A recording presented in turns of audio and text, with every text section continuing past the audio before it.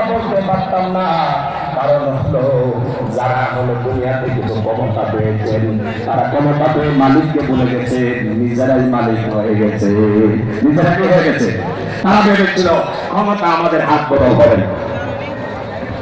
আমার ভাইরা ক্ষমতা কিরকম দেখা যায়? আল্লাহ তাআলার কোরআন যদি বিশ্বাস করতো, আল্লাহর কোরআন যদি পড়তো আর পুঁজি, এরপরে আমি নামাজ পড়ে তসবিহ পড়ে চা বানায় খাই, বলছে কিনা বলেন? অথচ সেই মানুষের দ্বারাই সৃষ্টি হয়ে গেছে আয়নাঘর। কথা বল না কেন? আয়নাঘর হয়েছে, অসংখ্য মানুষকে সিমেন্ট মিলিয়ে সারি নিখোঁজ এরকম ভাবে কত মুখ খালি করেছে, কিন্তু দেখে যে তসবিহ তাহলিল এটি দিয়ে মানুষকে ধোঁকা দিয়ে বোকা বানিয়েছে। আমার সম্মানিত ভাইরা, ব্যক্তিগত কোনো আর প্রশ্ন নাই, ব্যক্তিগত কোনো শত্রুতা নিয়ে কথাগুলো বলছি না।